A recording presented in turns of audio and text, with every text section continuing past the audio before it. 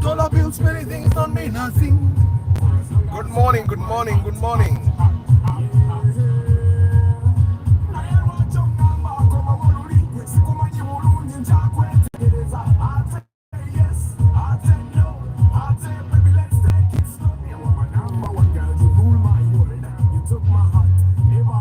But you make me big. Every time I come over, you make me big.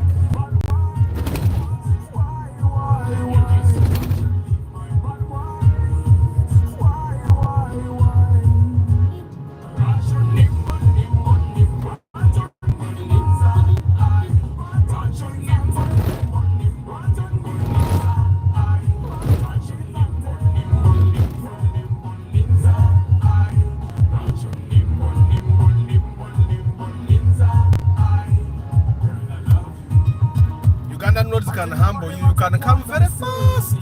No jano gwe wantu nga toyina gyolaga. Nga ne bw'okola ki olina okuyimiriramu. Good morning, Travel Life Vlog. Wabuye Nelson, Tusime, Eddie Antonio, Random Things, Kavuma Farouk, Bill Gadgets, UG, Chechiriwo, Hussein Jamal. Hussein Jamal is saying that the question I'm asking is hard, but we have to ask ourselves these questions. Because if we don't ask ourselves these questions, then we may not put in the effort to accomplish what we did not accomplish. So what have you accomplished, guys? Tuli mu mwezi ono wa exiga akubyo wa boda like abadde ava mu mafuta wa boda n'amugwamu. Siraba kirala kiyinza kubanga kibadde olemisi oba yeekubye n'owa primo. Owekiziga yeekubye n'owa primo. Owekiziga yeekubye n'owa primo. Owekiziga kati ateekwa kuba abadde afuluma mafuta ng'owa primo avangulu eri. Okitegeera And which is what, guys, when you're coming from a petrol station and you're joining the road, you should always try to be as careful as possible. Don't just enter. You'll cause problems. Me, I'm always very careful as I enter the road because apparently because people on the road, they know they have right of way, they drive very badly. Adduka ngalinga agamba bw'atadduka taatuuke. Ngaera munda binange bwe badde nziruka wali. Kati wobo yingire kubwe, you don't have right of way. There is no way you're going to tell people tinze mbadde nyingira ekubo nze ndabye nga bichi. There is no way ayingire kubo taba na right of way. You have to wait for all the other cars to get done. Talk about the Nkumba accident. Munange ebintu bye Nkumba ebyo. Me, I've had people say that our Nkumba, the traffic lights are in the wrong place. No way. We have seen, you guys have seen, is it New York City that has a lot of hills and slopes? You guys have seen traffic lights at very steep down slopes. And we can both agree that people don't knock themselves. I find that Ugandans get excited when they find an open road. Me, that's what I know. Ugandans get excited. So, echintu echileta accident yawo. If wetuba kubya spirituality, ebintu bye Nkumba, they are saying that it's spirituality, it's the person that died there, the family needs to go there and get soil from that place, and then they are taking the ghost away, that it's the ghost killing people. Well, I'm not a spirituality person, I'm a spirituality expert, so I cannot deny that. But apart from that, if we take the spirituality aspect out of the equation, I believe that it's reckless driving that is causing the accident. Starting from the lorry driver to the coaster driver, I find that people get excited. People get excited and they drive badly as they approach the traffic lights. And then when you approach the traffic lights, there's just no control. You get, and that's what happened. Me, I believe it's reckless driving. I've driven to that place before. nze mwenyini as I was approaching the Nkumba lights, I had to actually banko nako bukonyo okuzikiza nti waye bitala bibyo okitegeera. So we just have to understand that you see kati olaba sporting eno bwe bateeka ebitwala wali wansi, they are not doing something wrong. Naye kati you can realize olaba wa Prado bwavuga n'owakigege nangenda ba kati omuntu bwatobalera omuntu kutala ebiri wansi awo ng'ogamba nti ebitala biri wafu. It's just the style of driving that is causing those accidents. Anyway, guys, we are in month 4 and it's ending. Next weekend is the last weekend of April. What have you done in mwezi? Remember when we tried to setting our goals according to the mathematics, 33.3% of your goals should be completed by the end of April. Because April is 4 months ago, nchitegeza tuza emyezi munana joka omwaka gugweko. Ateje emyezi omunana ogiraba giringa emingi. But in I think December, half of December is almost dead for majority of the country. For the guys that are in Uganda, you know, half of December, if you're not selling things related to Christmas, business and that's just it.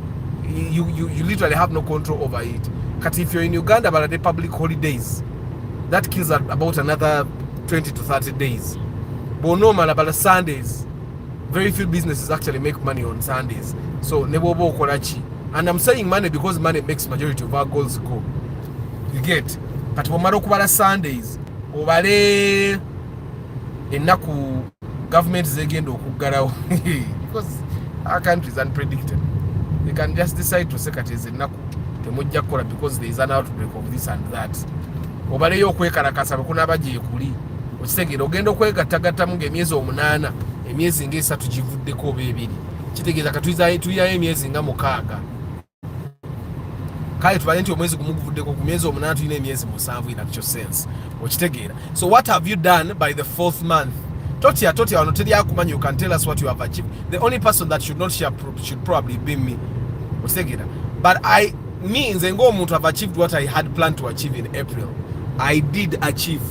Because of course I'm going to do an audit today. I'll give you an update tomorrow, but I believe that I've done most of the big things that I had planned to do in April. Of course, majority of the big things that I did, sentences, so I've used my brain and made sure to achieve at least the 33%, 33.3%. Chitegeza. Omuntu yenna the least the worst you should do is should be 30% of your goals. Goba wakola goals 10 kitegeza goals 3 zino okubanga ziwedde by end of April. Era kati weerwane kwabula ennaku nga mmeka. Wabula ennaku nga 10. Ennaku eze 10 ezibulayo. Weerwane ko guy. Weerwane ko nnyo oberenga okoze goals ze 3 zirenga ziweddeyo. And I find that now it actually makes sense nti omuntu akolenga goal 10 buli mwaka, so that buli myezi ena obako goals z'okola okolako goals 3 kitundu okitegeera. I find that it makes sense. I've achieved some of the goals I have, and I've started some goals that maybe I should be able to achieve by the end of month 8, because we're tumala month 8 tuba tuzayo emyezi ena okitegeera. Batumala month 8 tuba tuzayo emyezi ena. But tell us how far have you gone? Okozenga ababede nti okunganyiza sente yagala bikole byo nango mwaka gugwako, oba okozenga fe ba Arthur nti buli mwezi kugenda ne goals zaago, buli quarter egenda ne goals zaayo, buli myezi ena kigenda ne goals zaajo. Obikola otyo, obikola nga balodi.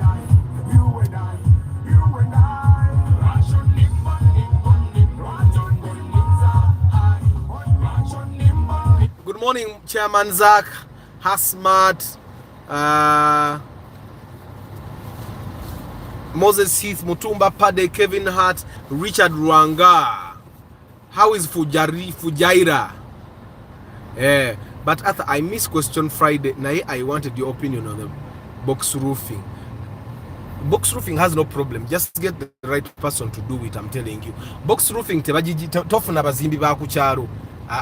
Box roofing, you actually need a good engineer. There's someone from this channel that I have that I could recommend. Yavano kuchano twagula na imorogera mu bond.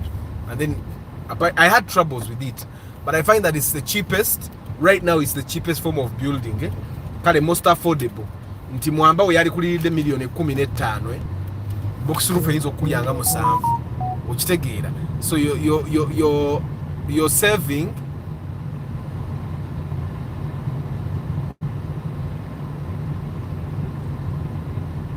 saving about 50% of the roofing costs.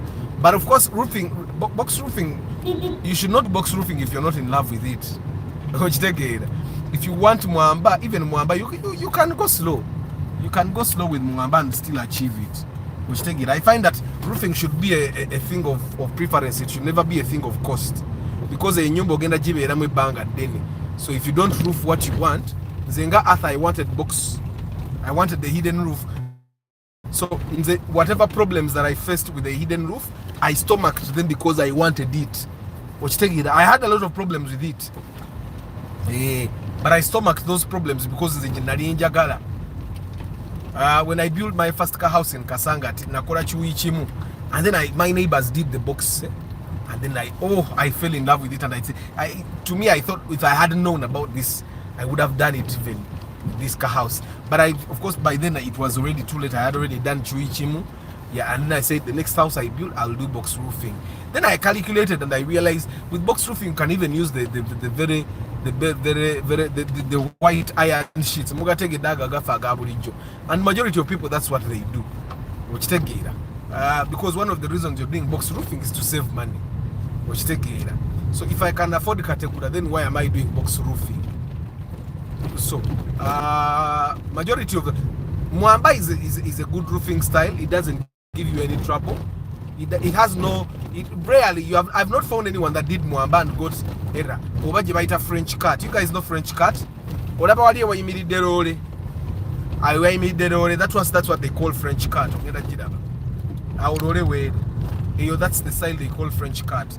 So I've not seen anyone that roofs French cut and they have trouble. I've not seen anyone that does mwamba and they have trouble.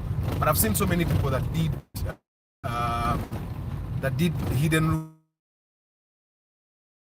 of a box roof, and they even eventually changed it. Because the box roofing, if you get the wrong people like I did in the beginning, you struggle a lot. So, but I find that it's very good for people that want to harvest water. Bubanga, me, I harvest 10k liters in a night, which take from my roof. So Katinze, national water has nothing on me.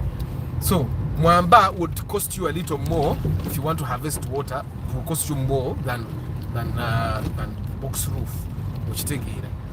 Yeah, and yet these roofing styles they collect the same amount of water. Ate kati mwamba tekyanyuma nga tokoseza kategula wa beyimu, which take it. But mwamba takyanyuma nga tokoseza kategula. Bino bimukola mwamba ate nokozesa amabaati ga layisi. Tebinyuma. You do mwamba, you buy kategula. So that it looks like you use the actual material. You get.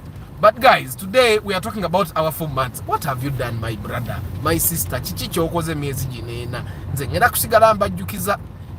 Ngenda kusigala mbajjukiza, because for us to be able to enjoy our cars to old age, tulina okubaako ebintu bye tukola every 4 months nga you achieve them. Okitegeera, olina okwachivinga. Oba wagamba ngenda zimbayo obuzigo bubiri obwabapangisa babuyingi, buzimbe every 4 months, so that by the end of the year oba olina obuzigo 6. Okitegeera, buzigo 6 buli kazigo nkakuwa emitwalo 10, kitegeeza oba oyingiza emitwalo 6, emmotoka eba tejja kukulema, ne bw'ona okadde ojja kusigala nga weevuga. But you guys have seen people that drove themselves in their 20s, 30s and 40s, and by the time they get to their 50s emmotoka ng'agitunze nga takyagisobola. Okitegeera. So what have you done? Bw'oba waplaninga kuzaalayo baana 6, kansubira abakazi 6 bafunye embuto. Okitegeera, because it's ninda pono jam.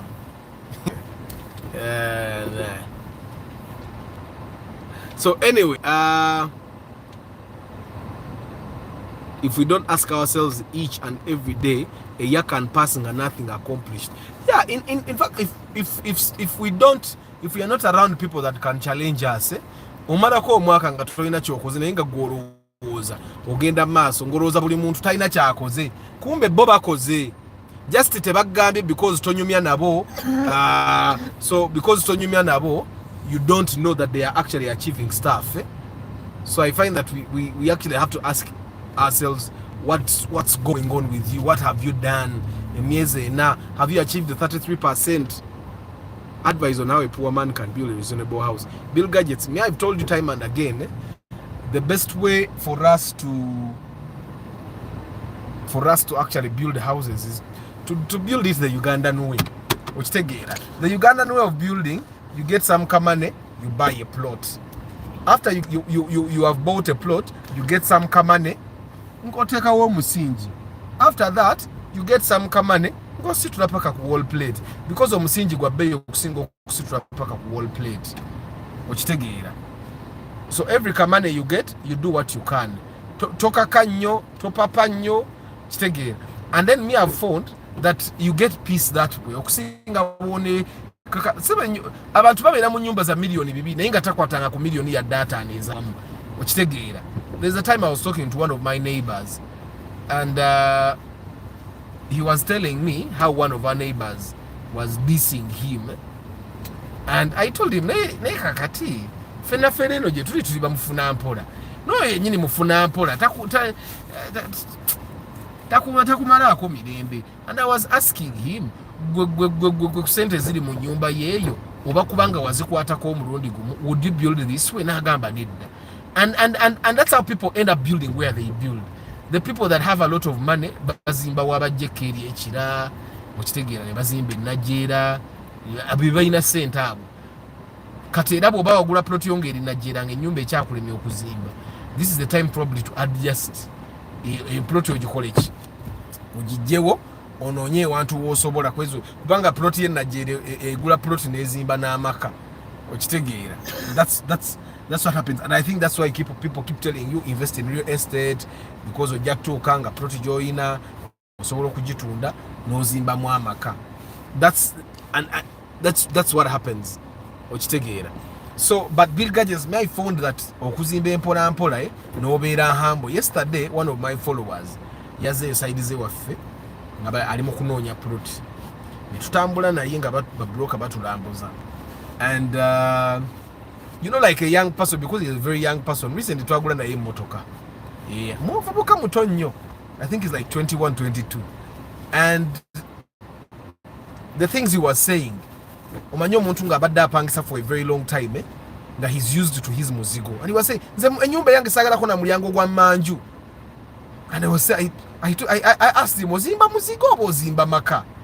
Because there's a reason lwaki enyumba z'amaka ziba n'emiryango gy'emmanju, nti mukole emirimu bwe mma mwinawo abagenyi babeera emiryango mwene mubeere emmanju. That's literally the only reason why osegera. And then there's some time oba ani yambuuza lwaki ennyumba z'edda zaabanga n'omulyango gw'emmanju n'ogw'omu sides, and it was mu sides ewaabanga ekiyungu, oba ani yakiŋŋamba, mu sides ewaabanga ekiyungu ng'emmanju omulyango gw'emmanju genda paka to the bathroom and toilets, and then guno ogw'omu sides gugenda mu kiyungu. I don't know if you get it. Ogw'emmanju genda to the bathrooms and toilets ne gugenda mu nnimiro and all that, then ogw'omu sides ne gugenda mu ki, ogw'omu sides ne gugenda mu kitchen ogw'emiryango abagenyi mwe bayingirira okitegeera. And I think it's not until you're really exposed to why people build houses the way they build them, you'll start thinking gwe kyolabyeko kyoba olowooza nti kyekituufu okitegeera, nti mbadde muzigo nga gulina omulyango gumu, nange bwe naaba nzimba ennyumba eyange nina kuzimba ennyumba ng'erina omulyango gumu okitegeera, nti omulyango ogw'emmanju tegwetaagisa. And we were talking to him and we were asking him, okay, kati golowooza abazimba emiryango gy'emmanju tebategeera nti nze ebyo sibyagala biki. And at the end of the period we yabadde agenda, and then he started saying naye kakati eri plot eri awali eri mu kikko bwe naaba nteekawo tenti nga nyina emikolo, ne mugaaka kati olaba otandise okulowooza ate ebintu by'abakadde. You're planning for functions nga tolinayo yadde n'omwana, because the guy is still dating, akyali mu girlfriend boyfriend phase, aye tebannatandika na kubeera bonna, you get it? But he has been, I find that Gen Z, abaana ba Gen Z balina sente. That's the one thing I've realized. Gen Z bazalibwa from 1997 up to like 2000, is it 2010? The Generation Z. Kati abaana ate balina sente n'okutusinga. Somehow I think they have adjusted to making money using technology, which they give a hack, about hacking account is a fee. So they actually have more money than us. I've realized that Gen Z guys been single kugula na bimotoka empya 1997 1998 2001 2002 abana bagula emotoka empya. Of course kati bone bazadde baabwe baategeka tebalinga abazadde baffe tebaategekanga abazadde baffe babanga mu kuzaala sawa bina baba mu kuzaala but bazadde b'abaana baba Gen Z bagezeza kutegekera abaana baabwe. Balvids kyekiriwo, but ever since the year started I've only achieved to be alive. Totalese at the sente because ebintu ebisinga bitwagala okukola sente zibimala. So if you have kept money, then you have achieved something. Ogamba singa chikola ekyo naye sente zaakyo wenziri okitegeera. Papa, for me I've achieved 80% of my goals. Wow, congrats man, congrats ono una akoze 80% ez'omwaka gwe guy ngate okikubye nnyo. Yeah. Do you know what it means to achieve 80%? You are challenging me. That's a challenge, guys. Muwulidde 80% of his goals. 80%. That's a very big achievement. First 4 months byononese bwononesi man, but we still have hope. Amina chairman zak tujja kuyitawo gino emyezi energy egigize gino gyabwavu nnyo gyabwavu. Good morning peace. Joseph Abdurrahim Kasita. I've achieved the amount of money I'm supposed to save on my UAP policy account. As so far, long-term goals, because I've tried several investments when I'm not home and lost sorts of money. By the way, guys, abantu abataliye wakai, as you try to invest, you should be very careful. Abantu banji bafiirwa sente. A lot of people lose money. If in Uganda, me one thing, and I think this might be something that happens with Uganda. If you cannot supervise your business yourself, then probably based on you. Tereka sente, so keep your money. That's why I said you may have decided to do something. As long as you have the money equivalent to what you want to achieve there, it's okay. Because ojja kwagala otandike business ena abaana babenga bakubba bubbi. Because abaana babbi e Kampala. Rogers agamba, thanks for the wisdom always. Between Primo Ordinary and Visitor Adeo, what would you advise? I would go with the Adeo. I would go with the Visitor Adeo if they're in the same, because Primo bana bagiguze million 13 oba 12, you can get a very good Visitor Adeo at that same price. Ochitegeera. Kutosi Nicholas, good morning. The Meister, good morning. Alan Molindo, good morning. Travel Live Log, I just put material for construction and just finished Kuchala and introduction. Congrats, man. Congrats. Kati mutandiko kati omukazi agenda supervising site. Agende buli weekend nga abeerayo. Tom Peter Mubede Sharon, ojja kuntomeza. Ebyokuzimba okwata mpola. If you are not careful, you can easily collapse your business. Ekirala, keep in your lane. Don't compare yourself to others. Oli mutuufu nnyo Sharon. Comparison is not just in construction. Comparison is in everything. However, I find that you can compare yourself to get inspiration. Yesterday otwadde tutambula waffe n'oyo omwana. Ne mugamba kakati fulaba neighborhood yaffe kuchallenginga. Neighborhood yaffe first of all buli kimwe kuchallenginga. The type of house you're building, the kind of car you're driving. You want to be in a neighborhood that challenges. You twagala beera mu neighborhood nga kumpi gwasinga. Okitegeera. So you don't compare yourself in a bad way nti oba ki. But you want to compare yourself in a way that you get better. Okitegeera. Bw'olaba finishing wall inoga finishing oyo nga yanyumye. Bamukoze bulungi noddayo n'otula mu finishing wall ali ku plan. Because nze bintu byange byonna bya plan ne finishing w'ennyumba ali ku plan akantu kalina 5 centimeter 2. That's how you know there's precision. Okitegeera. Kati bw'olaba finishing olino manya nti anyumye compound oli yagikoza atya. Of course you know you have things that you want and things you don't want. Nze saagala bisuubi wange. Saagala bimuli wange because I don't like snakes and snakes go through green. Njagala ewantu nga waliwo enkokoto ng'omusota bwe gujja tugulengera pum tukuba ku mutwe. Okitegeera. So me I don't like green. I like green, but I don't like what green brings. Green brings snakes, green brings ibisanyi, green brings a lot of things. Let the green stay in the reserves. Ziwangi nkokoto. Ana Maria traders zigoti. Mubawulide. Bwogenda ngeziko simanyi mwine ekipande ku dduuka Sharon. Because abantu bandi badenga we bajja bwe bati ng'ekipande bakyeya tugenda kwa Ana Maria. Okitegeera.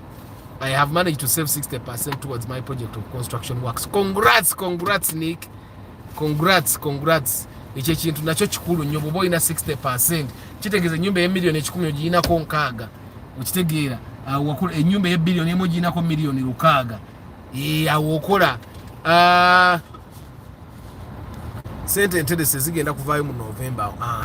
Awo oli mutuufu kasita sente oba nazo goals omanya nti ziri halfway accomplished because bw'oba tolina sente, if you don't have the money still you cannot accomplish your goals.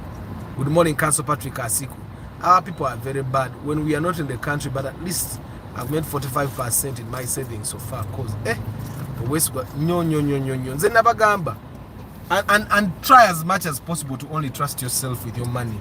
Sente zo gwazi bonabonedde kyobola nabagamba no baga topa sente zo za kugula motoka ziwo omuntu wo oba sekyo bwe tutuuka ku motoka ne tugiraba n'ogisiima tukonyazo koza. That's when you send the money. Tompereza sente kwa account atakwata sente genda bw'onoofuna emmotoka osasuli.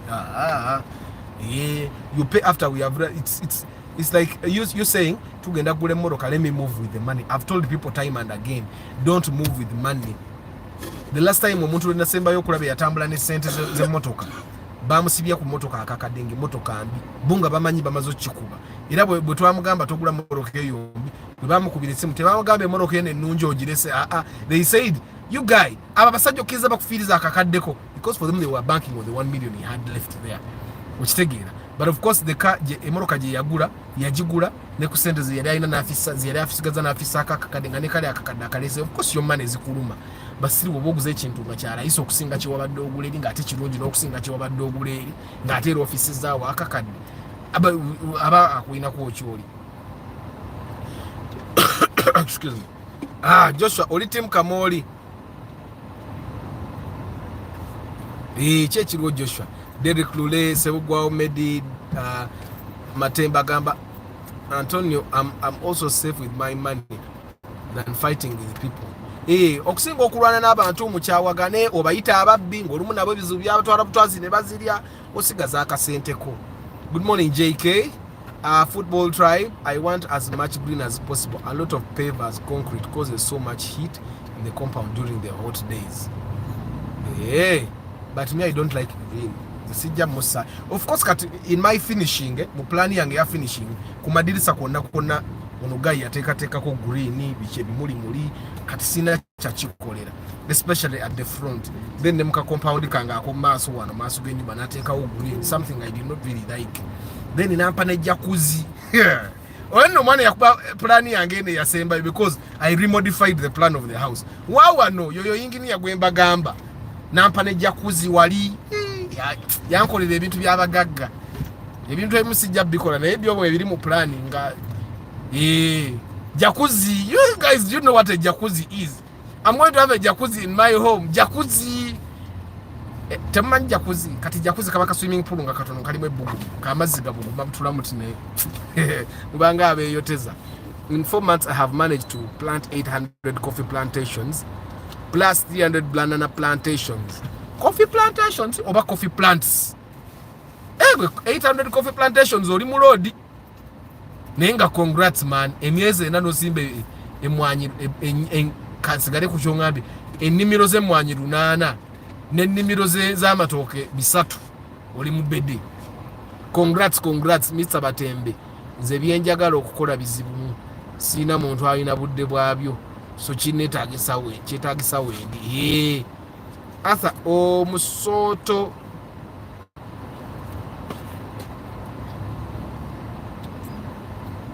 omusota tuguyita animal conservation tuguyitira ate gwe omusota nga gujja kuluma ate gulinda animal conservation that one gukuluma nofa sagala misota era ne yankoze byokuteekawo green ewange era green omunyizo mu eliminating nga neteekawo tough just bino ebimuli byakoze wano ku madirisa gange benje okulekawo naye bino green omulala sijja mukozesa. So far my biggest achievement is passing my driving test at IOV and getting my driver's license. I'm Gen Z too. Rastas in Milan mweba Gen Z muyina sente. Whoa. Gen Z has money. Ya mkanzikize motoka sijja kwefula mwana wa Museveni nti setuzikiza jamu mungi jamu kati tuyimiridde wane dakika ngako. And you know what the funny thing is, buli bwe tubeera late ne jamu atukwata, buli bwe tubeera late ne jamu atukwata.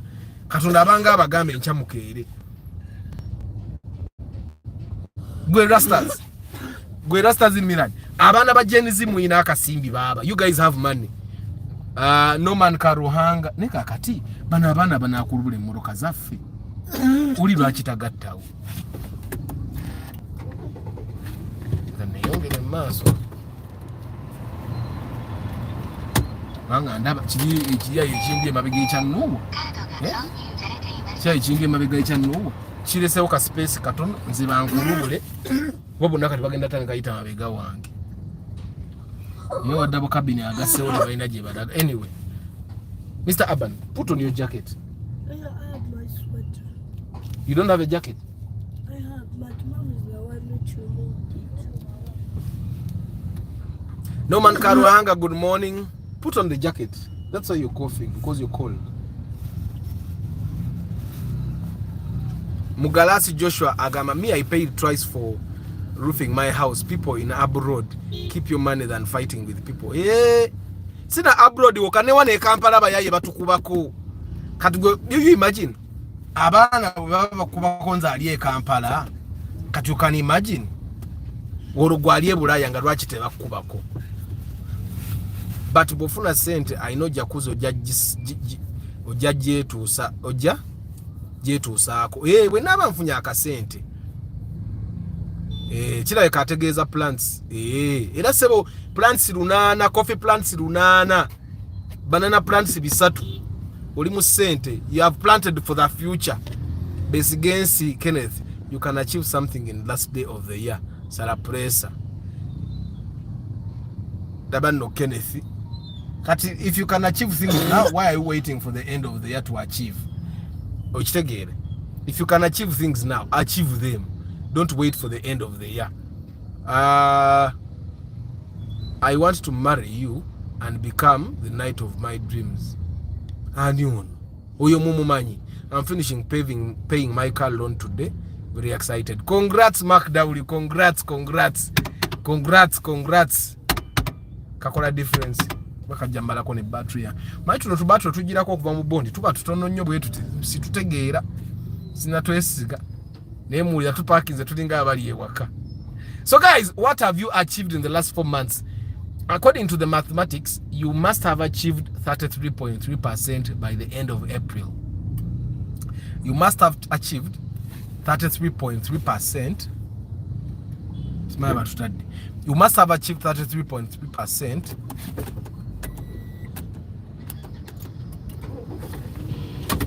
Atoloze moroke badete ganyo okulaba ekisumu. Gwe chitomere ebitombi tama gwe, you must have achieved 33.3%. Sikali mu line yamu banami. Obera mu line wa super custom wuli emufuddeko nade ngamba ani super custom togula super custom gula nuwa. It's tempting to want to buy a super custom. It's tempting to want to buy a super custom. It's a very comfortable car. It's very neera bazemu ne batukwata bannange.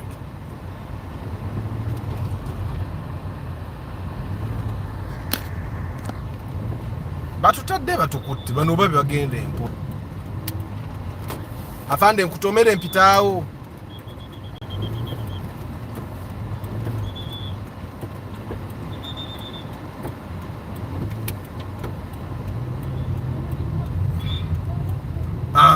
Guys, what have you achieved this year kateno? Businesses zimu zigibalanga quarter. April bagibalanga quarter. Nyono musajja wa CN ajirabe yonna nkone tebayiza butagikona kona avuga bubi. Abala banga talina jaraga naye nga alaba omuntu okumuyingira mu maaso kimumenya kimuluma okitegeera. I think awo katenze wenyinawo kamachudi takatonotono. Obala muno webuuza olaga wa bwoba tolina gy'olaga n'obaleka nabo ne bagenda oba bakuyingiddemu kuba mwenda mugenda tuuka nga muli stack okitegeera. Ntale Samuel, good morning. I did plastering and finishing. Amina Kenneth. DJ Hamza agamba ali mu kuzimba night club e Hoima. Congrats ogituuse percentage ki so far.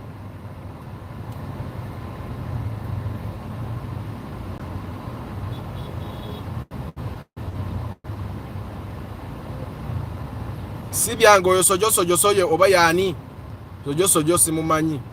No man agamba I planted 3 acres of coffee in 2022, but it's not for the weak and requires a lot of patience, giving it good care as well.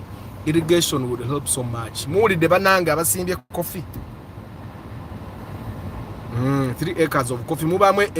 How many plants are there in the 3 acres? Me, I have managed to buy another plot 100 by 50 from my neighbor in the past 4 months. Congrats, Chris Da Vinci. Congrats in Maya. Webari kugaziwa.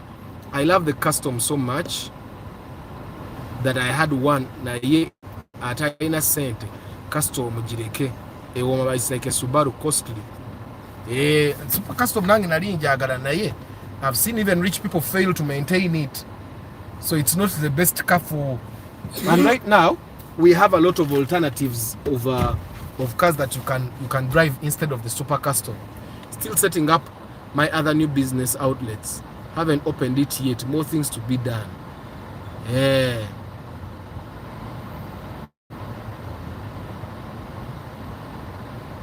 So you guys, emyezi energy with the kuchitegeza, we have 8 months to go. 8 months to go, and according to the mathematics, you should have achieved 33.3% of your goals. 33 tegeza, if you had 10 goals, you should have achieved by 3.4 of your goals. Chitegeza goals isatu zino kubanga zawade. Boba setting 10 goals. Goals isatu zino kubanga zo zawede completely. Ngoli mu goal eyokuna ngojituza like 40% also. Ochitegera.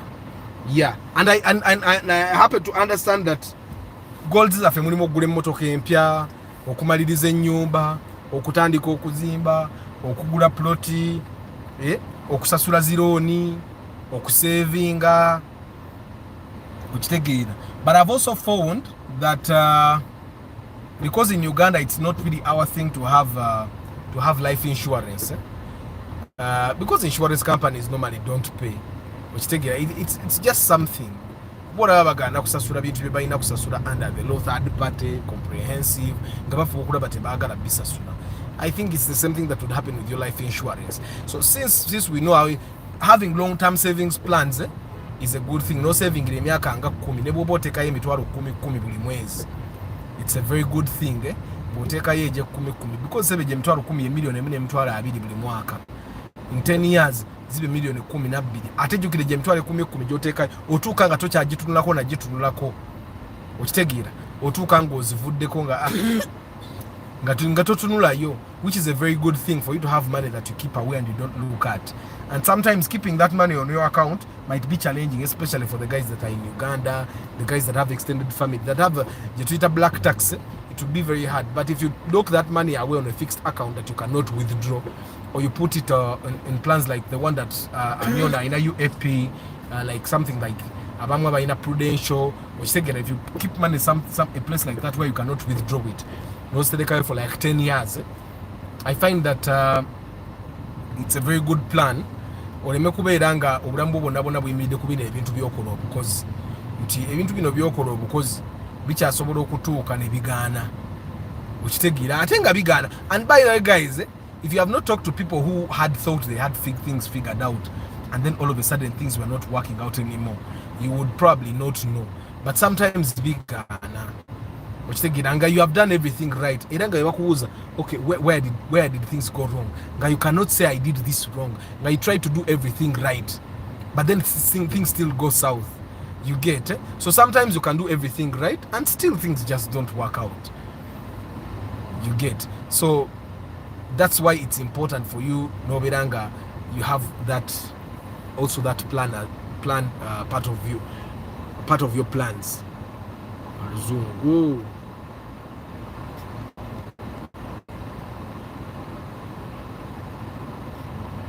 Arthur, help me understand why are those traffic officers standing on traffic lights, doing the work of traffic lights instead of observing the traffic.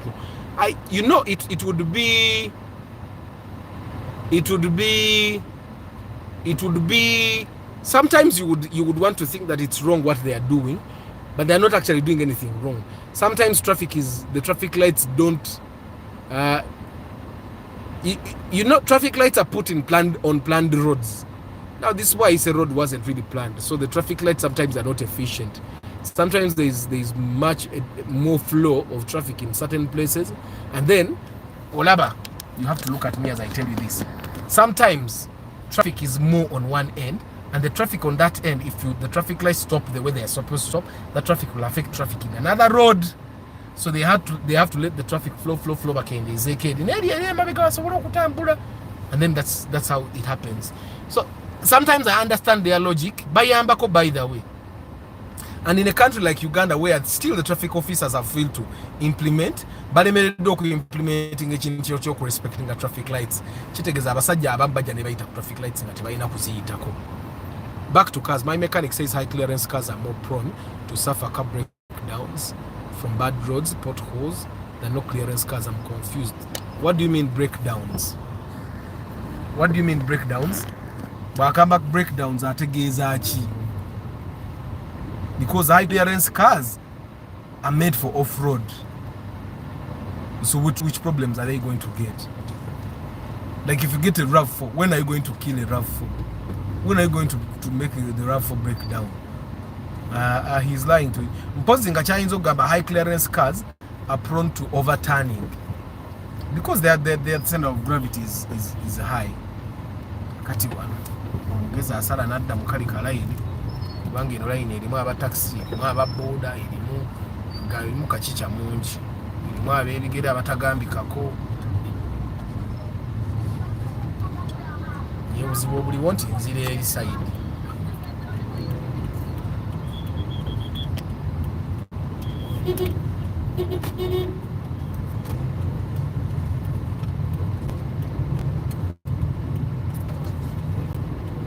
Kare katurumi bypass.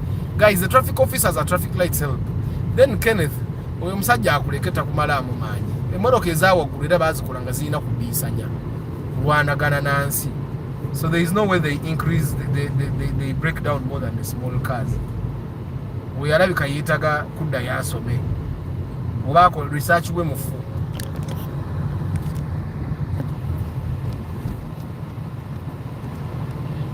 Comment ezimu mpanvu baba ngenda zisoma nga parkinze walinga bana abana baba. Yeah, anyway, but what have you achieved? Today we are just simply sharing what achievements we have gone to in the past 4 months. 4 months is almost half of the year, because between May, June, that's half a year. So 4 months is almost half a year. Kati, it means according to the math, you ought to have achieved about 33.3% of your 33.3% of your goals. You ought to have achieved. Nange rumani okulemera nga lugamba ata gwanjogera tekisoboka. Naye nga owulira bu ought bonna mbuleta naye bulemerayo. You ought to have achieved 33.3% of your goals. Ekitegeera. And that's according to the math of the year, because 50% should be at 6 months. Emyezi omukaga junior nagenda okuggwako. Or kubanga you have achieved 50% of your goal. So kitegedde baba. So kakati weerwane ko tugenda tuka mu June, or you have achieved 50%. Now, Kenneth Agambi, you can achieve all your goals in December in the last year. It's totally true. But I find that if you can do things in the 4 months, lwaki tobikola? Oleme kupapa walingo omwaka guggwako. Ukitegeera. If you can do your things, obeko byokola myezi ginena bikole. You lose nothing. Utegeera. Me have tried. Wali nenyingiza ko ku goals ezimu nazo nenkola zenkozeeko ukitegeera. So if you can achieve stuff mu myezi gine egisooka achieving otuuke eringo omwaka guggwako nga you are relaxed. Because you don't know what the future holds. Tomanyo ba inflation eneyongera ekintu wali wadde okola ne million emu ate wali you have to do it with 4 million. Of course, it can't get to that point. But you know how inflation works. There are things that now you probably can achieve with 1 million, and in like 4 months, you'll only be able to achieve them using about 1.6. You guys saw how cars plummeted in price. Jeka ogenda kutya. Only not zungu renjo get plummeted. Go by Dutch money, I can say the word plummeted in most sentence. You guys saw how the prices of cars plummeted. Nemo kusoma kukuru ngenda bino byensira yo nga nsoma bino nyina ebintu byenzijamjikanga njogero luzungu linga olwo muntu lwayogera nga tobade tolumusuubira kulwogera. You have seen how the prices of cars have plummeted in 2022, and they have never gone down, and they are going higher, by the way. Prices zirinya buli nyeze mmotoka. That's why you find that omuntu alina chipsa muchenge ekyo tayagala kuchita kubanga kimukolera byetaaga ate abalabalamu okukitunda okunoonya emmoloka gyayagala efa etuuka chipsa muchenga sente tazirina okitegeera. So you guys should abasobola okukola ebintu ng'osobola okukola ebintu byosaawa eno, please bikole naye nga kaakamotoka mukalawe bwekabaala kubala mukalaba ate mujja kwewuunya. I'm still driving the speed limit naye lolenga yakyama eno ng'ate ekyali mpya. Nze gwe mulaba nkyali mu speed limit kitegeeza banaabana naye omujjako nowasiyenta simanyi obavuga speed limit alina engeri gyandeetera teyinza kubaya speed limit. Azayisize moroka nga mukago omulundi kumujukira wasiyenta abadde mukajjamu wali gwe nabagambye emoroka yonna ng'omugumu bagitomedde because avuga bubi naye akasana ko mukalabe eggula enkuba yatonye ku makya wonna kati tuuse bwenviirako kansoke. So guys, what have you achieved in the last 4 months? Cheer totya kwogera boyogera, you inspire other people nabo basabata ndikopola umanyize. One thing I realized when I nkula, and this is one thing that this channel has helped me, you see people achieving things, you see people achieving things no manyanti I have to work hard. Kati buli sharing wana ebintu byokoze, o inspiring yo omuntu omulala working hard to work towards achieving the things that they ought to have achieved. Okitegeera. Then kati olaba oli asimbye emwanyi lunaana, oyo omuntu no competing naye nga gwe tolina kyokolesa awo eno n'asimba ebitooke bisatu 300 banana plants. Do you think you're going to compete with that dude 5 years from now, 10 years from now? It's impossible. It will have to be very big misfortune if you want to if he ends up at the same level with you. Then also, you think a person that has built his house in Ajimare Sawen, you think you're going to achieve, you're going to be able to compete with that guy? Katonda yakola abaana ba boda basiru abasajja ba boda ndyasiga kuddamu nabayita abaana. Omusajja wa boda alabe emmotoka ng'eyingire ebbala najjanga linnya balaba kuzimba amatama neti balina amagezi. So mwe bagayi mbadde mbagamba essaawa eno omuntu aguze emmotoka ye n'akivaamu mukama n'amukwatako emmotoka ye naye batagitomera n'atatomera n'atafuna bizibu ebyo bimalawo mmotoka nesigalawo nga nnamu. Do you think you're going to be on the same footing with him by the end of the year? Because I nechi buli bwomalawo ekizibu ekinene n'okijjawo, buli bwokola ekizibu ekinene gwe n'okijjawo, kitegeeza ebinene ebisigadde osigazaayo bitono. I don't know if you get what I'm saying. Buli bwobako ekizibu kyomalawo obako ekintu kyokola n'okimaliriza, you have less things to do. Okitegera so nga ate bwe buli bwonoosalawo n'ogamba nze kambyongereyo. It's also a very good thing okola ebintu in phases. Okitegeera kyekyo kyembadde nzina mwani abadde ambuuza omuntu mufuna mpola okuzimba akayumba akali a decent house. Yeah, I told you the way we pay mortgage here in Uganda. Tusasula mortgage ngawo abazungu. Mortgage enyumba eziri ku mortgage za bei nnyo. Kati osanga omuntu baguza 1 bedroom apartment $1,200,000. $1,200,000 zizimba 4 bedroom house nga ate nnungi. Okitegeera. Naye nga baguza 1 bedroom apartment mu national housing. Okitegeera. Eyeta agagula nga ogenda gipangisa. Ogigula millions si $1,200,000. bazipula sente milioni bisatu ezo zetagagula ng'ogenda gipangisa omala gigula nawe n'ogipangisa milioni emu n'ekitundu niba ng'ekuleetera sente naye ng'ogipangisa gibeeramu. Guys should explore opening up CSD account and invest in treasury bills and bonds. Land is not the only way to make money. Diversification should be a part of financial strategy. Thank you, JK. Era njagala kuleta muntu asomesa ku bintu ebyo. By the way, the podcast, I'm going to do one tujja kola series podcast ejaba mu video for us to be able to explore that. The next time I am home, I'll take time to talk to my bank about treasury bonds. Chitumba Solomon, how are you?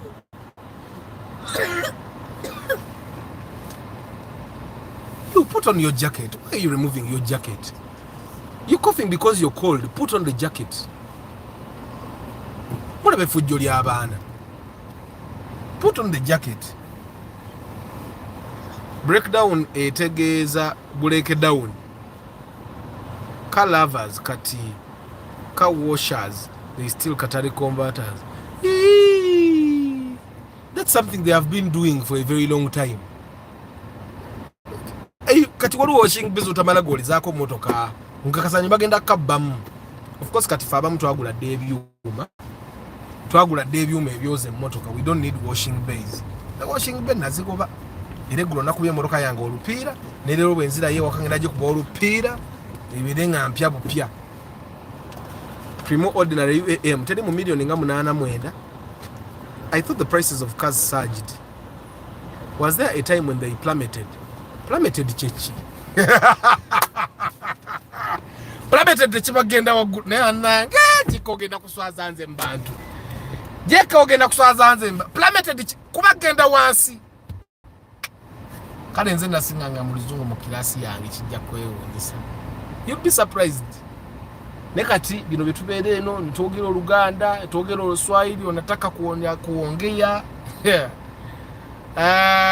Jeke yitwe mubirekenga kati abantu abadde bamanyi parliament bigenda gukatoze kugira. Chobola ebiseda byotabera wano ngina n'enfu woluzungu ne bagamba kikino. I'm hustling with finishing mom's house, but that thing is a financial black hole. Enyumba bwezibeera, enyumba tezizza time and chance to happen to all. Exactly. Don't be discouraged if you haven't achieved anything yet. Trust the process. And by the way, they are achieving anything. At least if someone hasn't achieved the goals they wanted, they have learned something. Bwebigano bako kyoyiga kanze nyina goals zenali manyi tizijja kujazaganye. Neka those are things that I wanted to achieve that were not really in my control. And I think jetuko mokula. You boy, wake up. Hey, stand up. Jetuko mokula, stand here. Jetuko mokula. Jetutandiko kumanya nti if I have no control over something, I can let it be. Is the Toyota Crown from 2000 above a good car? Bobo gula emoroka yo naina gula impya, gula the newer models. Hey, wake up. Didn't you sleep the entire night? Huh? Didn't you sleep the entire night? Then why are you sleeping now? But you were the first to say plummeted. Need the seva kagamba plummeted abantu bakoogera. Negwe kati govudde eri jeke ozza kagamba ka plummeted baade ka kagenda waggulu go kaleso kalazi tikadda wansi. Ne plummeted kijja.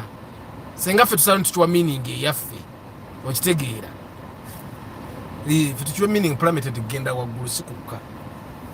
Ojja kwesanga trouble yo gamba nti oluzungu lufu tugivuddemu. What's up?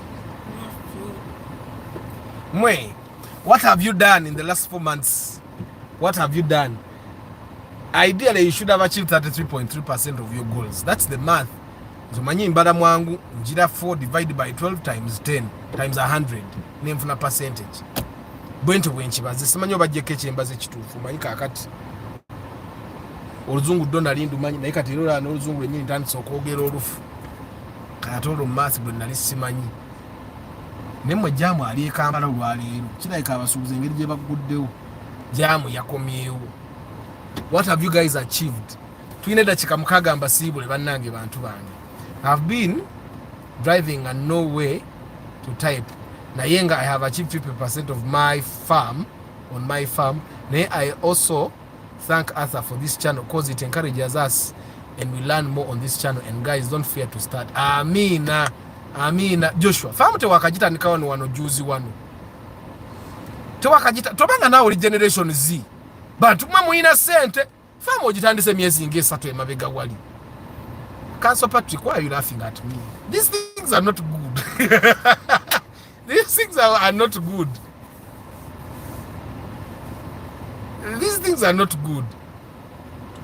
4 months is not a quarter of the year, JK. Let me see. 4. JK nedda lero nedda. Lero nedda. Omwaka gulimu emyezi 12. Emyezi 4 times 3 je myezi 10 quarter of the year would be 3 months. Okitegeera. Lero nange JK mulina. Namwe do you know how it feels okumanga JK mulina? Saba muluzungu na yanumbyeyo. Nayogede plummeted nga manyi plummeted. Kati angambye plummeted. Ne Council Patrick naja na ansekerera. Engenda kudayo nsome ku luzungu. Wakaka kanno kijja bewunyisa nze nabeera nga kusomera ngo luzungu nyinenge je ndufuweta nga abantu banyijja na kusomesa literature. You'll be surprised. And of course I'm a literature teacher in a way. But I'm not the literature teachers that come to class and tell you the verb, adverb, ebyo sibimanyize jogera byogere. But a verb is a doing word. Echo kyenzijukire echo kyankwata because kiswaza omuntu wakuza what is a verb. Noun chechi. Ebyo noun is what?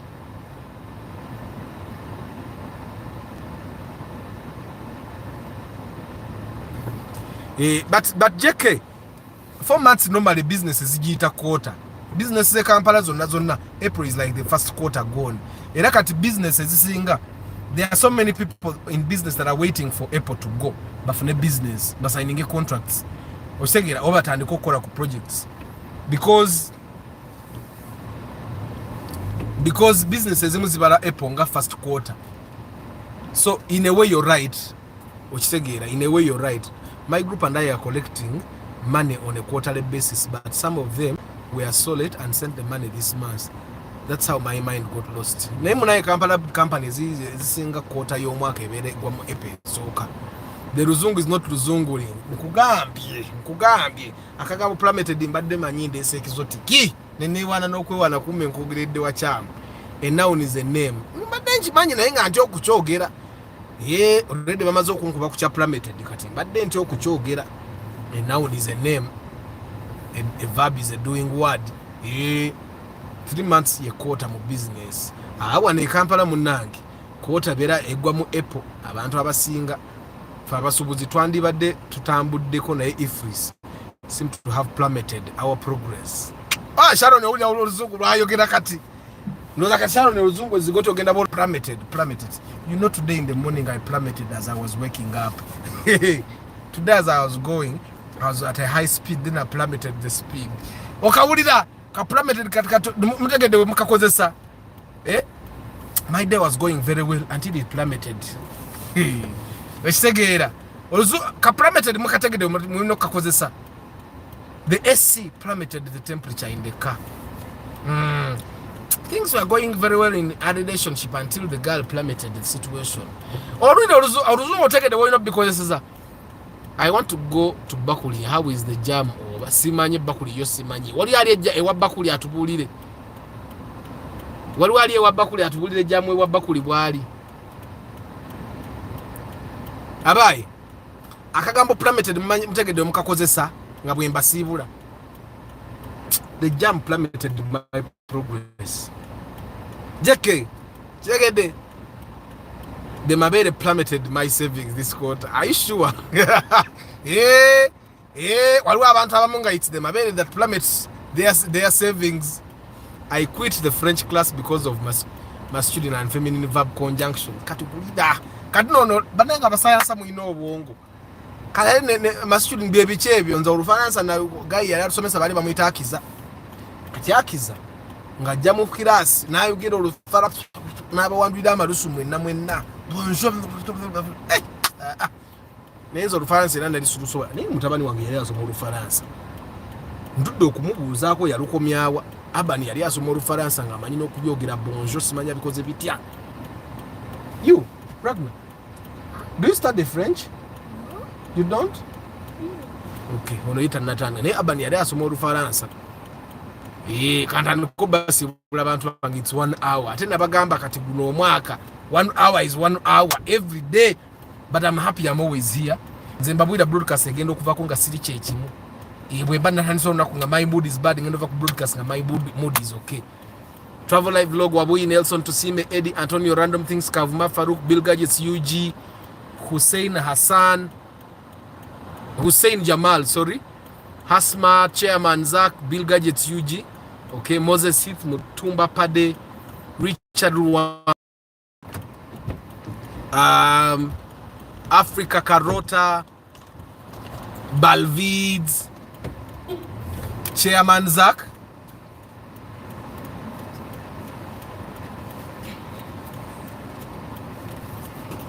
ndi mubasibula bantu bange. I'm saying bye bye. I'm saying bye bye. Mbasibule taleko okuba ku masimu kuba nange ndi late gye ngenda. Ne kajamu kaliro kabadde kazibu nnyo. Chris Da Vinci, Chris Joseph, Abdurrahim Kasita, Charisima Rogers, Sebugwawo Medi, Kutosi Nicholas, Dogmeister, Alan Mulindra, Travel Live Vlog, Nantume Sharon Yowa, Anna Maria Traders Zigoti, Matembe Abdul Nasa, Kanso Patrick Asiku, no sekere amusajja gwe toli mwangu. Derek Lule, Sebugwawo Medi, Mugarashi Joshua Mix Farm, JK Football Tribe, Rastas in Milan, oyo Gens. Bananga bana ba Gens bayina sente. Kirayika mubeereyo nga mukola ebintu bya technology nga bwe mufuna sente zammwe. STA Sounds Entertainment. Besige excuse me. Besigensi Kenneth. Sojo oba oyo linnya kyeryo. DJ Hamza Pro oyo agenda bazimbira kilabu ehoyima. Ntale Samuel, Norman Karuhanga, munoza sibamazeeyo nno. Kitumba Solomon oyo musayansa.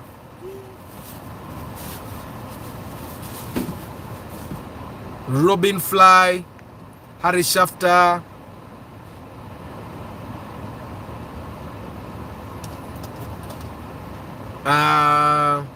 Daudi Mukasa. Muloza sibamazeeyo bantu bange. Antonio agamba ewabba kuli jamu wali but si mungi nnyo. Zo mu bitaala naye Antonio wakwatamu katono. Antonio, how do you know? Abakazi basaba ebintu nga baana bato. I set monthly budget, I don't exceed. Those creatures will always ask. Hata sebo oyina okusimba kumwanyi bw'onooba olabye kuzaffe. Emwanyi nyizo zisimba? I don't know. Tomanya. Ekintu kyenjagala okusimba by the way guys, cashew nuts. The cashew plants. Muzinoonyerezeeko. Because cashews za bei zisinga ekintu kyonna kyonna e Kampala wano kinnalinguze. Cashews okumanya za bei. Cashews ngula grams 3 because nze nzirya they are good for my blood type. So I try as much as possible to go to the blood type diet. So I eat cashews and grams 3 nzigula nusu kasanvu 5. Cashew nuts, and they are nice. So nze bwemba wa kusimba sigenda kusimba kawa, njagala kusimba cashew plants. Muzimanyi cashews? Antonio woise kale.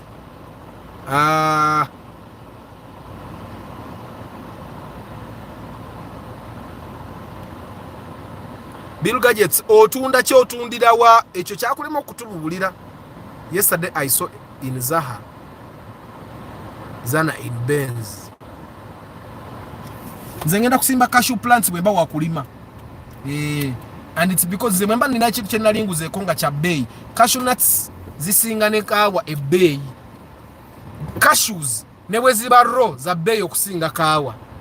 Ate ziri rare. Nize mmala okungamba ba cashews muzimanyi. Cashews muzimanyi guys.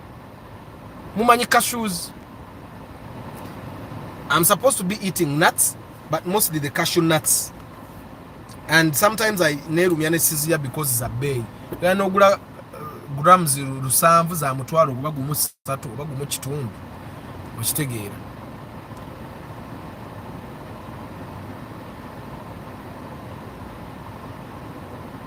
cashew nuts Joshua cashew nuts not cashew cashew CASHWEW cashew nuts nze ezo zoze ngendo gulira ekaze ttaka zange ensimbeko because cashew nuts nze mwennyini njagala okuzirya naye za bay ate buli wamu okitegeera nalabye ne Mandela yatandise okukola okutunda cashew nuts kati aleka azeereetera Bill Gadgets at Tower Mall opposite CPS shop number mutunda ki nze ndi O+ JK I'm a hunter fe twasooka mu nsi bahunter mbamanyi bahunter be basooka mu nsi we used to hunt for a living kati nze my diet is supposed to be highly carnivorous nako mungambe kafu carnivorous sifa bali ennyama ennyo carnivorous fe tuli ennyama ennyo ndi O+ JK I'm supposed to be eating cashew nuts nina okuba ebinyeebwa byo nina okubivaako n'ennyanya bangamba nziveeko naye ennyanya teziviikako ng'oli musajja mufumbo nga maama w'abaana afumba ennyanya jeke woli oppositive tunaawe olina okulya ennyo cashew nuts ziyambako then faba oppositive era batugamba we need to work out a lot exercise olina okukola ennyo exercise kati nno ngenda kuyita kaleero sigenda kuleteekera ono jaamu olaba nzikizza n'emmotoka kati ono jaamu atukwatidde mu ssomero kati you can imagine bw'aba atukwatidde eno kati eri gyendaga ngenda genda mpita eri kaleero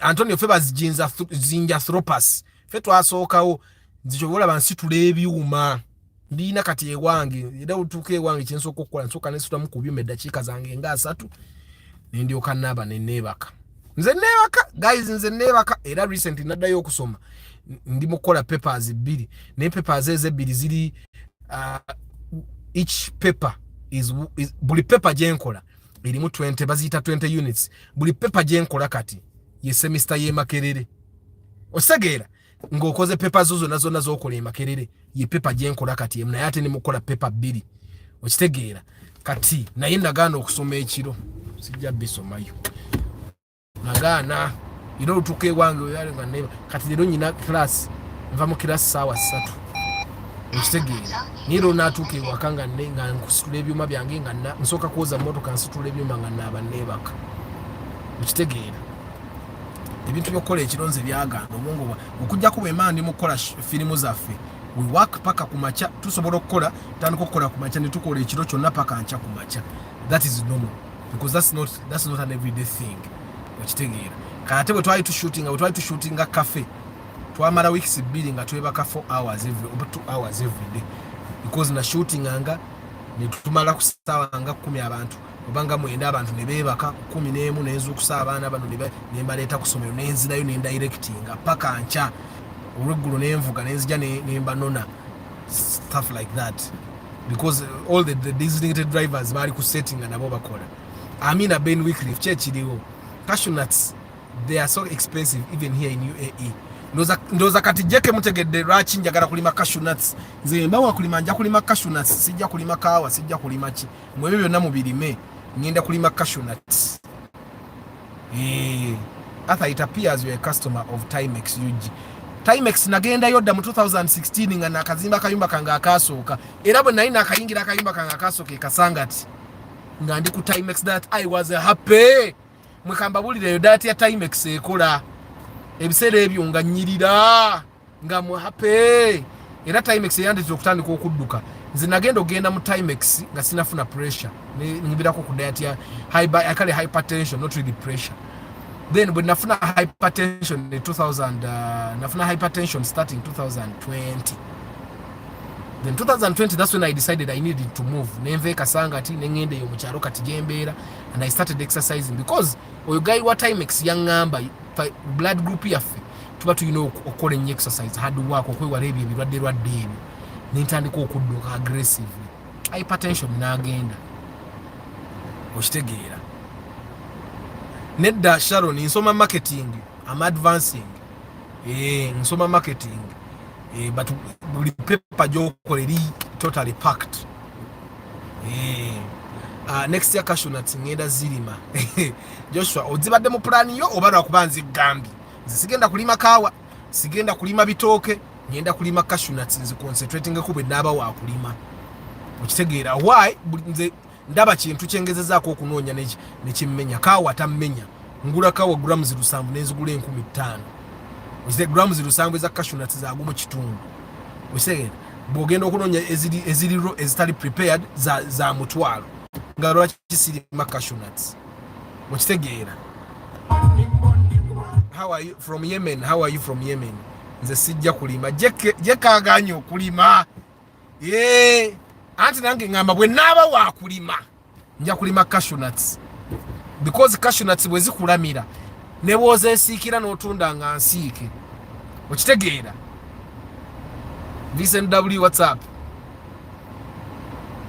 nze sijja kulima gundi sijja kulima mwanyi sijja kulima bitooke sijja kulima simanya bikoze bitya sijja kulima miti nze bwe naba wa kulima cashew nuts because zina ne benefits nyingi for your life. I can't remember what but nze buli member ko renchi kuba buli wenkola inspection ndiayo cashew nuts zange zagumu kitundu buli wenkola inspection ndiayo cashew nuts zange zagumu kitundu ziwooma gwe kyomanya ziwooma mpozi nziranye ne bwemba ndi ku shoot when I'm shooting.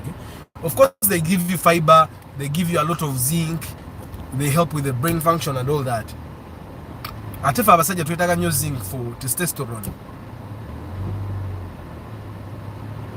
Ntegeke sente fe tujja bigula and one of the things that discourages me is that mu Uganda ate abalimi basinga okutaba na sente bano ba middlemen babasinga okuba ne sente kati mu Uganda mpozi nga bwolima era chain ogimalayo ne bwobanga nga mu chain wali okoma wano mu kulima oyinza obutamalaako bannange noonya wempita nno ndaba ate kati wano watambula kangenda empite kaleebe kiba kibe sijja kwemenya nansi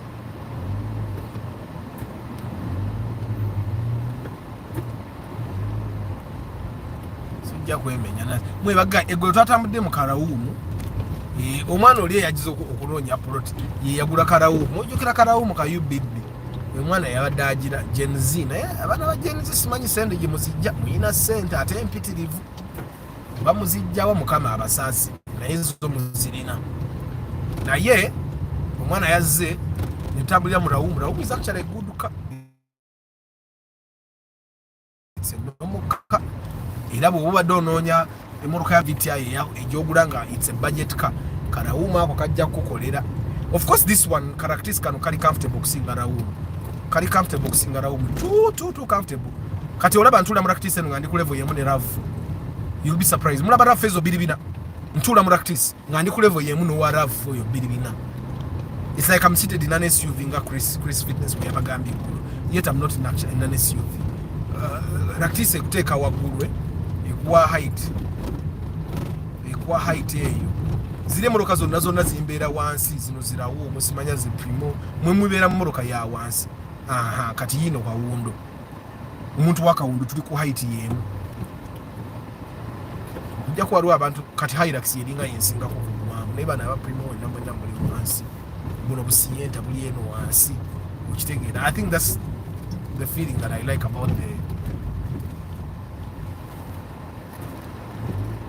thing I like, but I still miss the Vitz. The Vitz in charge agala lwansonga lwakwate kati my love for the Prius has gone up.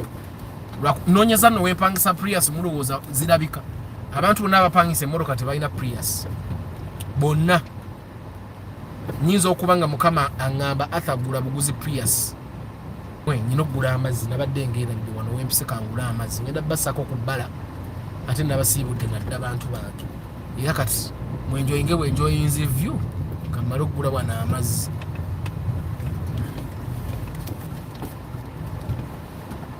malugula wana amazzi you enjoy the view.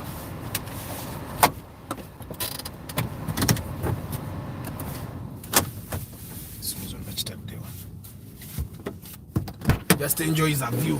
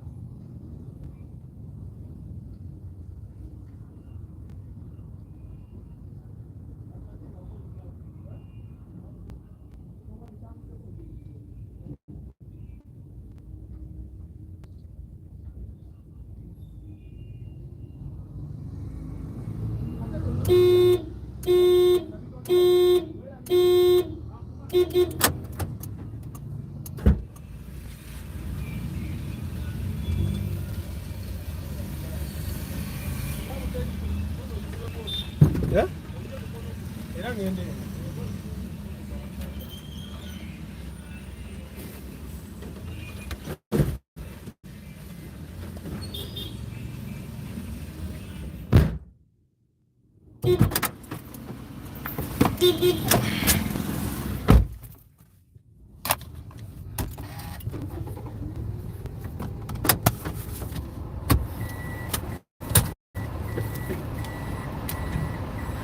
nkomyewo mukyaliko mubadde mubala motoka eyo yange eyo si yange kanziruke kajjaamu akangene kiteemu. So guys, what have you achieved? April 2024 emyezi ena gigenze, you should have achieved 33.3% of your goals. Atono murasha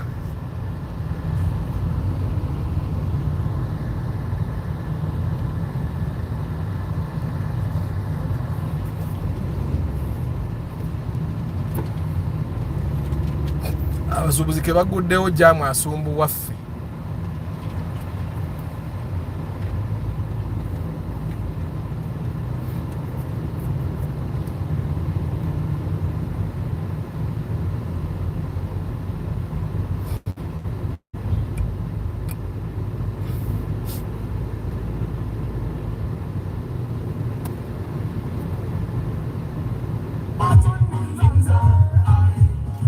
But guys, tomorrow is Market Tuesday. Come and market your businesses. Come, we learn marketing. Muje tuyige marketing. Encha. Tomorrow is Market Tuesday. Tujatana ko budde bwe move for 7:15. Then temwera biragamba abantu. I do pre-purchase inspection. That's one of the ways we keep this channel running. I do pre-purchase inspection. Ate charging akasente katono. Mitwala na mwetano joka. Yeah. I come with a mechanic and we make sure that you get the best car in your budget, in good condition. Then consultation is okusimu za mitwali 5 joka. You can consult me and go and buy it on your own. Bobo ya got special consult on the phone. I've found that there is no question that you can call to ask me nga sijidanga mo wano. Teri yo. Literally all the car questions you have, I have talked about on this channel, and they all have gotten a solution.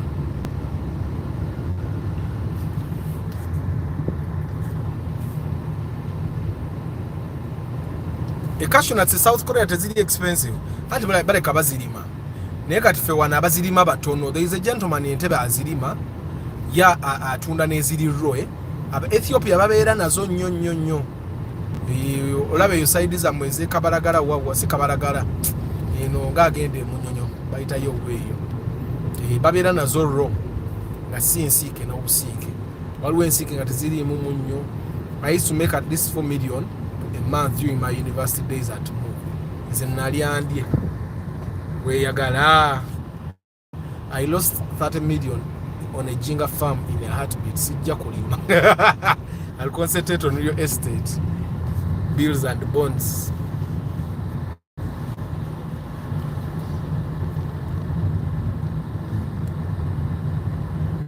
I'm managing to prioritize your lives in teams of attendance. They are worth to attend. Thank you, Arthur. Amen. Jeka abagambye ku losi gye yakola ng'ali entangawuzi. You know, ate entangawuzi ng'ogenda gitunda wa era baakufera bufezi bannange. Nze nagezaako okulunda enkoko sikyejjusa. Eyo nali nsasula school fees kundaga. Siina kulima, siina kulunda. Ebyo sijja bikola. Ebyo byo sijja bikola. Sijja kulunda. Okukwa kulunda nedda. Sijja kulunda. Okulima bwe naaba nnimye nja kulima cashew nuts. Okulima ko bwe naaba nnimye nja kulima cashew nuts. Naye bino ebirala abantu mwe bye mulima musimanya mayuuni, lumonde, muhogo. Sijja kubirima ebyo. Kankole sente zibeerewo. Ffe tujja kugula bye mulimye. Ate ffenna bwe tunaalima ani anaagula bye tulimye. Kitegeera. Naye abantu abalima emmwanyi, you guys have money and you're patient because emmwanyi zeetagamu patience. Emmwanyi zeetagamu patience. Emmwanyi zeetagamu patience. Jeke we are off road oyinzo za tuli Hoima wa tuli Kampala capital city. These are some of the roads that the government should be working on. Muno access road muno buyambako okusala jam. Chowola nti emmotoka n'emabega ngali emmotoka 3 n'eri maaso gange oziraba ziizo 2. Kati buno obukubo buyambako abantu ne basala jam. Era senga government egenda okola buno access road bonna ojja kwesanga Kampala tewakyabeerayo jam. Naye kati bo bakonsentratinga ku nguudo ba minisita kwe bayita n'abakulu abajja okukyalira ensi yaffe. They don't care about these small roads. Ate nga kana akakubo okalaba tekawera yadde kilomita. Kimanyi kali mu mita nga 5. Basobola okukakolera biliyoni nga 3 nga kawedde. Ayinza obutaka kola biliyoni ng'emu kano bayinza okubbira kuno ssente. Ate obubbi buno olwedde omukulembeze yabukkiza agamba kasita bazibba ne bazinvestinga wano. Kati nawo babba kasita n'azimbayo apartment 3 ng'agamba waayo omukulembeze yatukkiriza tuga kasita ssente tuzibba ne tuzizza mu economy. Olwo ebintu ebimu by'oyogera nga bigenda ku encouraginga bumenyi bw'amateeka. Wana abasinza kwerabira we baali banguliza L200 miliyoni 8 ne kati bagambe ginoonye nga eri ennungi emipiira gyonna kwegiri beina buluba 8 neŋŋaana okugigula nga mpoza simanya kyesiisa erimu biki naye kati ey'omunaana omuntu ne bwagisanga ng'ekyesiisa erimu bikyagigula because sebe okusanga dabo kabini emiliyoni ezikka wansi we10 kati. But of course that was in 2022 I think, when cars were still cheap. Again. Mbadde manyi okkirira kumba obadde osala.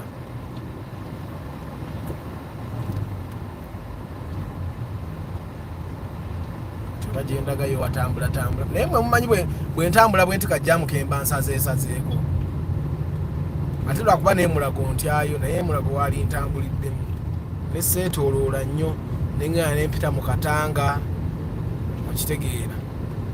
Nempita mu Katanga ne mulago wakwata.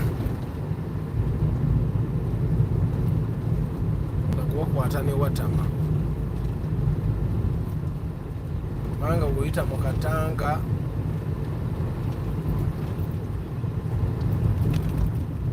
lage watama nayitangayo nga mbeera ekasangati. Ate nga wali badde watambula. Guys, 33.3% is our goal by the end of April. Nja kuddamu mbajjukize ku lunaku olusembayo mu April. Nti abaaye 33.3% ogikoze. Kati we tuli wali badde oli mu 33. The point 3 gy'ogenda okwachivinga mu wiiki eziddako wano. Wiiki eno n'ekitundu ebulayo. Okitegeera. But otherwise kati wali badde watuuka dda mu 33%. Then ndaba goal yaffe ey'emyezi ena egiddako ku goals zaffe. Ku goals zaffe. Oba tewasetinga goal ng'omwaka gutandika kati tandika setinga kati wandiika wansi goals zo ze wasetinga. Nze mu goals zange mwalimu okusoma era nsomye. Waliwo pepa gye nakola emabegako awo yankola. Era Mukama anaaba ataasizza bibye. Nyinza okwesanga nga nyongedde ensasuddeyo pawundi zange nga 8 okugiddamu. Yali nyangu n'omusomesa teyali mulungi. Omanyi wabaawo pepa z'okola ng'omusomesa naye si mulungi ng'amanyi naye nga si mulungi. Omanyi omuntu abeera n'amagezi naye nga okugatranslating okugawa abantu abalala. Nzokka ngene empita emulago leero ekijja kijje. You know the reason why teaching is also like a talent, it's because they have the talent of transferring knowledge from their heads to other people's heads. That's why it's called a talent. Chikola mulimu abasomesa abatusomesanga. Wabaawo omusomesa tola nti math nalisi musobola. There used to be teachers of math that you would come to class and you really understand. And then there were teachers of math that would come, like we had a teacher called Sembus. Would come and jump in class. I never understood him. It was the bright boys that understood him. People like me that want to understand someone. He would come, jump from one end of the board to the other end of the board. We still never understood him. At the time came and we got our 50s in math. Then no math 50 nabanga sikoze. Yeah. Ngawe na 60 mu math mbulo okujogensi. For me math was always hard. I think over biology was okay because biology they would ask you a question and you look at your body and you see it. You get and then you answer. But these things of math and physics, physics was another thing. Physics, why physics is hard? You suspend a pulley from this end and it goes the other end, and then the math you have to calculate is from the other end. Yeah. The Mulago Jam is also not a joke, but it's good for us to explore other places. You guys have not been this way with me before, so let us explore this route as well. Let's take it here. This is the route you guys have not been to with me. The Mulago route. Hey, I'm going to read these comments that I have not yet read. Muchina ntubadde tuitanga keno. Kajamu mukalaba. Katwetolole kati muli mukulambula nange ndi mukulambula. Kambeere mweno line nange enda kukyamira wali. Enda kukyamira wali nveeko. Mpite yeyo munda. Okay, cashew, they are so marketable in Middle East. It's real deal to go to grow Arabic people. They love them so much.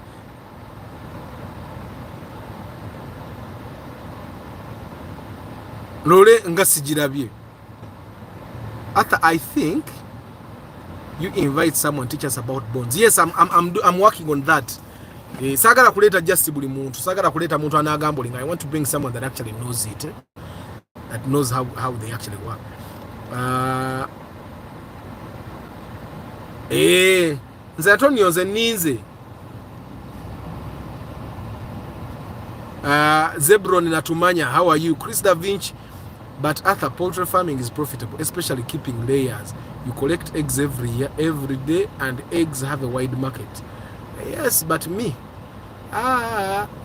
yakula cashew nuts when nabanzize mu farming, ebyamwe sibisobola.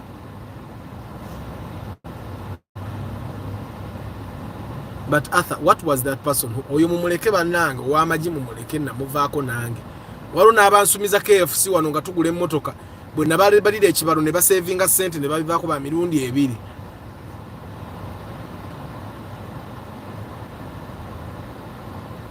Nze ebyokulunda byo sibisobola ekyo Joshua Diru nkimanyi. Oba okulima nyinza ogezaagezaako. Naye akasozi ako mukalaba. Kana akasozi nze bwe nali njiga emmotoka taxi. Omuya yandeetanga eno n'ekigege n'angamba linnyo olusozi.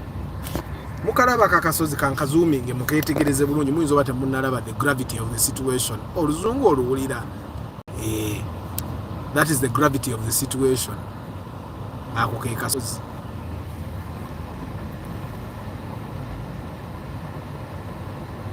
Kati waliwo oli owaawa oba emmoroka efudde eno layini esembe eno ekyengula aliseewo ku gaapu gunene. Singa abadde atambudde wano naffe abakyama eno twali badde tukyamyeyo. Nemulaba nti Raktis oba mu SUV nabo wa primo wansi gyali. Abo balivudde ne tuweta ne tukyama eno ne tuyita gye tuyita. Eri waggulu walinga ewatandise otambula naye sigenda yita waggulu. Eyo waggulu olabayo risiki y'amaanyi. Emmoroka singa egaana okutambula waliwo emmoroka gwesiseeko wali waggulu ate wa wish valvematic naye mmwe bantu mmwe wish valvematic ekusikako etya guys. Wish valvematic ekusikako etya oba mugayaavu bugayaavu emmotoka nga tenywa.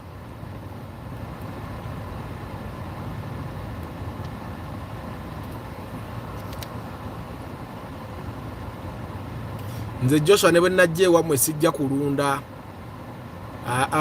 Kankole firimu zange. Ngenda kukolayo firimu zange tandika okukola passive income. Koleyo TV show zange nga ziizo zindeeterenga passive income. Anti si kye twagala. Bwembeera ne firimu zange nga 10. Nga zindeetera emiliyoni zange 3 buli mwezi. Mba bubi nnyo. Newe ziba zimpa akakadde kamu n'ekitundu nga bwe nkola n'empya. Sebeera siba bubi nnyo. Ate jjukira ezo kasasaanika okuleeta passive oba tokyetaaga kukola ziba zireeta zokka.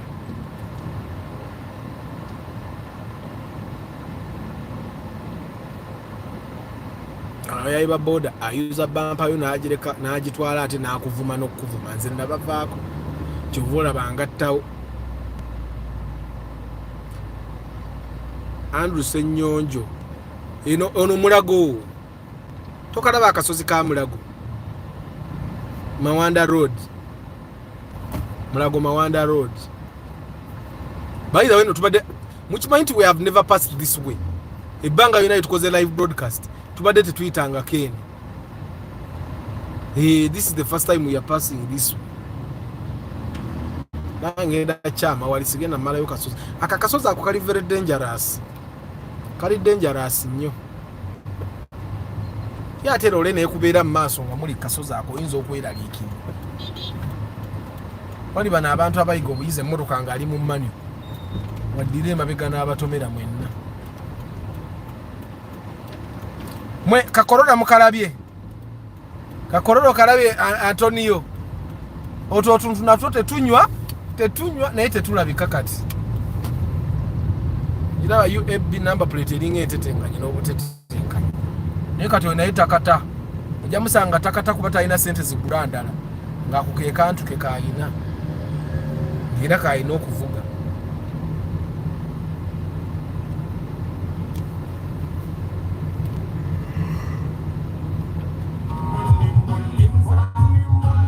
Zino territories za Antonio Joshua simanyi prices za onion zikati.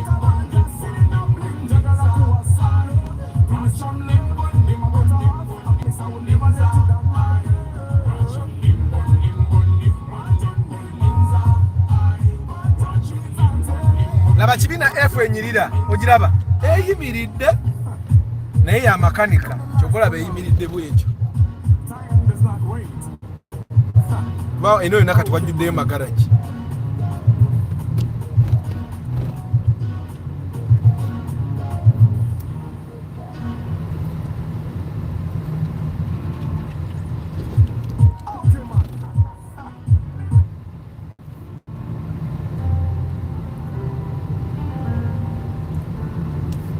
Bayi munyumire n'abasiibudde eddanze saagadde just bajjako kuba eno tetuyitangayo.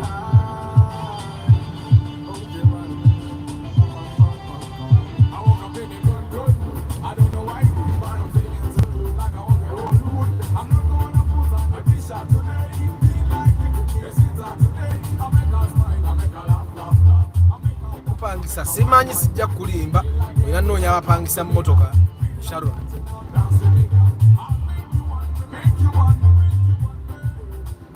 UAB eri ku bbala talina gyeraga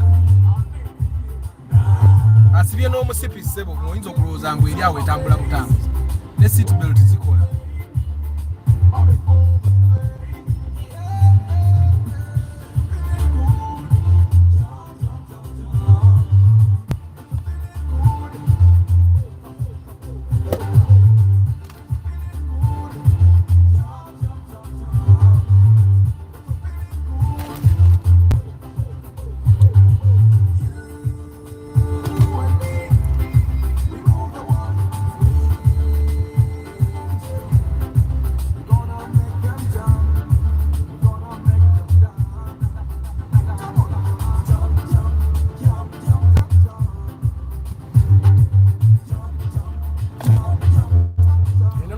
Nayo nga wakutte kajja oyinza okukaaba.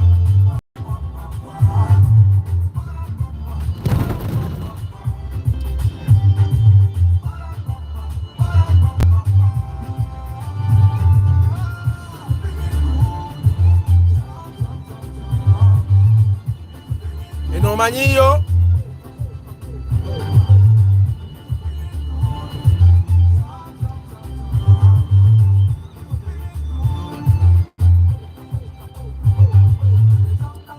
watandikira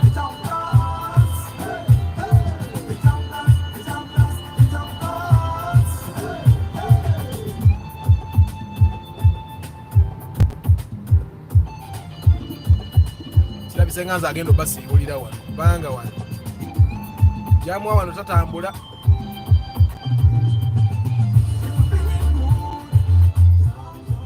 Era temulambuddeeko ekimala bantu bange.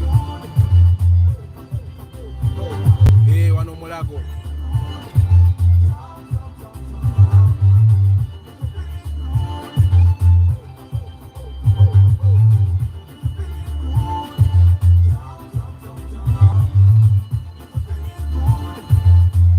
Bane guys, mukama bawo omukisa kamba sibule tunalabagana tomorrow mu Market Tuesday.